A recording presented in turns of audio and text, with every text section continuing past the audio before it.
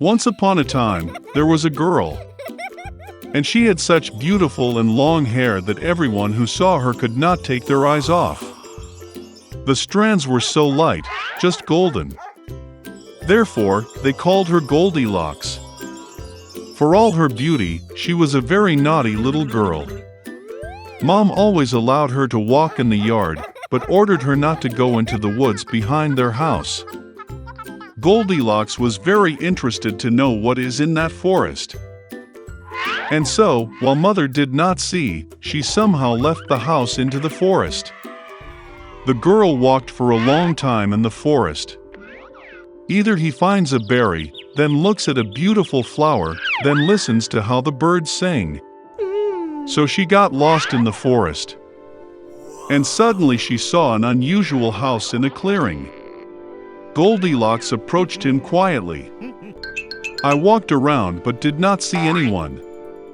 She knocked on the door, but no one answered. Then she knocked harder, and the door opened itself. Goldilocks entered cautiously. 3 bears lived in that house. One bear was dad big and shaggy. The other was a mother bear. It was smaller. The third was a little bear. The bears were not at home because they had gone for a walk in the woods. The girl entered the room and saw 3 bowls of porridge on the table. The first bowl, the biggest one, was the daddy bear. The second bowl, the smaller one, was the mother bear, and the third, the smallest, was the bear cub.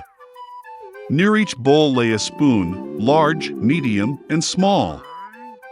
Goldilocks was so hungry that she first wanted to eat from a large bowl.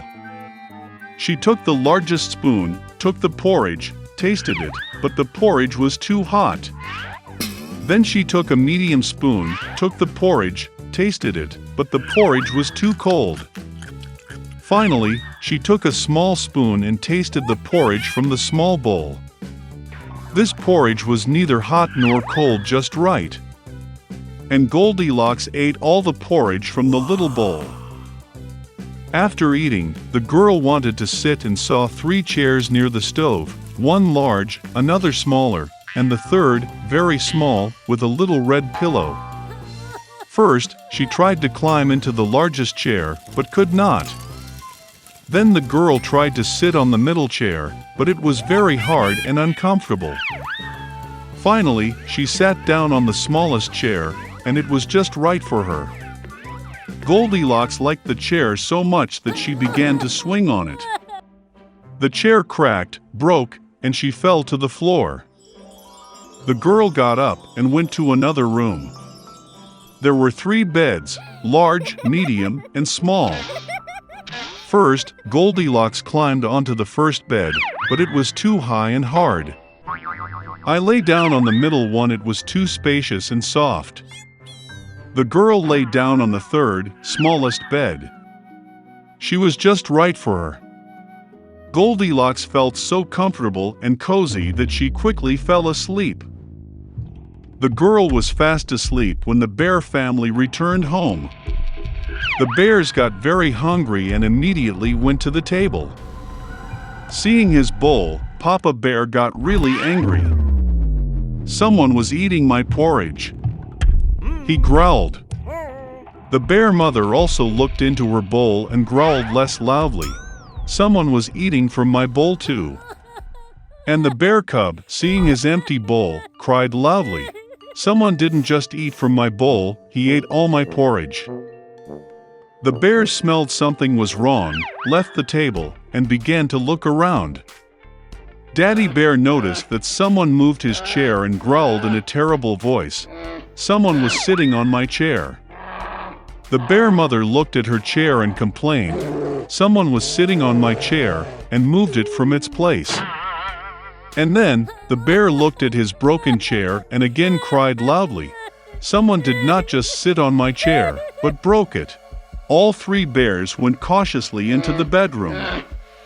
Someone was lying on my bed and crumpled it. Papa Bear roared in a terrible voice. And someone was lying on my bed too and crumpled it, growled the mother bear. The teddy bear looked at his bed and cried again, "Someone was lying on my bed." And then he saw the girl and squealed in a thin voice, "And still sleeps in her." Dad and Mom bears came to the bed and saw that a little girl was sleeping there. Goldilocks woke up from the cry of a bear cub and was very frightened. There were 3 bears in front of her. She instantly jumped out of the house and ran wherever her eyes looked, without looking back. The girl ran for a long time. She was very tired, and then she saw her mother, who was looking for her missing daughter in the forest. Since then, Goldilocks always listened to her mother and did nothing without her permission. She became a very obedient, kind, and good girl. In one big city, 2 poor children lived in the neighborhood, Kai and Gerda, who loved each other like brother and sister. Parents allowed them to walk to each other on the roof to visit and sit on a bench under the roses. In the warm season, they spent all their time here, inventing different games, and in the winter they loved to sit by the warm hearth and listen to amazing stories that their grandmother often told them. Once, when the children were looking at a picture book, Kai felt something prick him in the eye and heart. These were the fragments of the mirror of the powerful lady, the Snow Queen. Since then, the boy's behavior has changed dramatically. He became angry, rude, and cruel. One day, Kai went tobogganing and never returned. When Gerda found out about Kai's disappearance, she cried for a long time. But she was sure that Kai was alive, so she decided to go in search of him. For a long time, Gerda walked through the forests, through the fields, and then she came across a wonderful house, buried in flowers. The hostess came out to her. It was an old sorceress in a large straw hat. The old woman really liked Gerda, and therefore she bewitched the poor girl and left her with her forever. Gerda forgot about the purpose of her journey and spent a lot of time playing in the wonderful garden of the hospitable hostess. Once she accidentally saw a rose and remembered Kai, and immediately waking up from the magic, went on the road. On the way, Gerda met a big smart raven. He told the girl that he knew a princess who was about to get married, and her fiancé looked very much like Kai. The raven agreed to take Gerda to him. Once in the palace, Gerda managed to see the future prince. Unfortunately, it was not Kai. The princess, having heard the sad story of the girl, presented her with a golden carriage with a coachman and servants, as well as shoes, a muff, and a wonderful dress. And Gerda hit the road. In the dark forest, the sparkling carriage immediately caught the eye of the robbers, who immediately attacked it. The robber took Gerda prisoner. She took Gerda to the robber's castle to show off her menagerie, which contained forest pigeons and reindeer from Lapland. Hearing the story of her captive, the robber took pity on her and released her along with the reindeer in search of Kai. The reindeer brought the girl to the old Lapland woman, who warmed and fed the exhausted girl. She wrote a few words on a dried cod to her friend Finn, who lived near the Snow Queen's palace, asking to help the girl.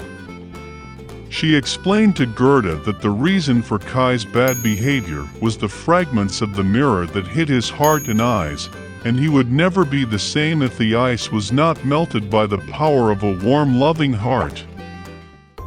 Gerda went to the palace of the Snow Queen alone. No one dared approach the house of the powerful mistress. She was very cold and scared. Finding herself in the castle, Gerda was surprised how cold, deserted, and dead he was. Soon she noticed Kai, who turned completely blue, almost blackened from the cold.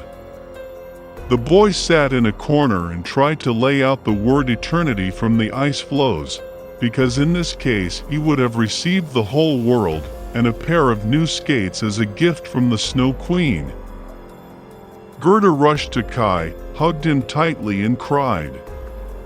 With her hot tears, she melted the splinter stuck in the boy's heart.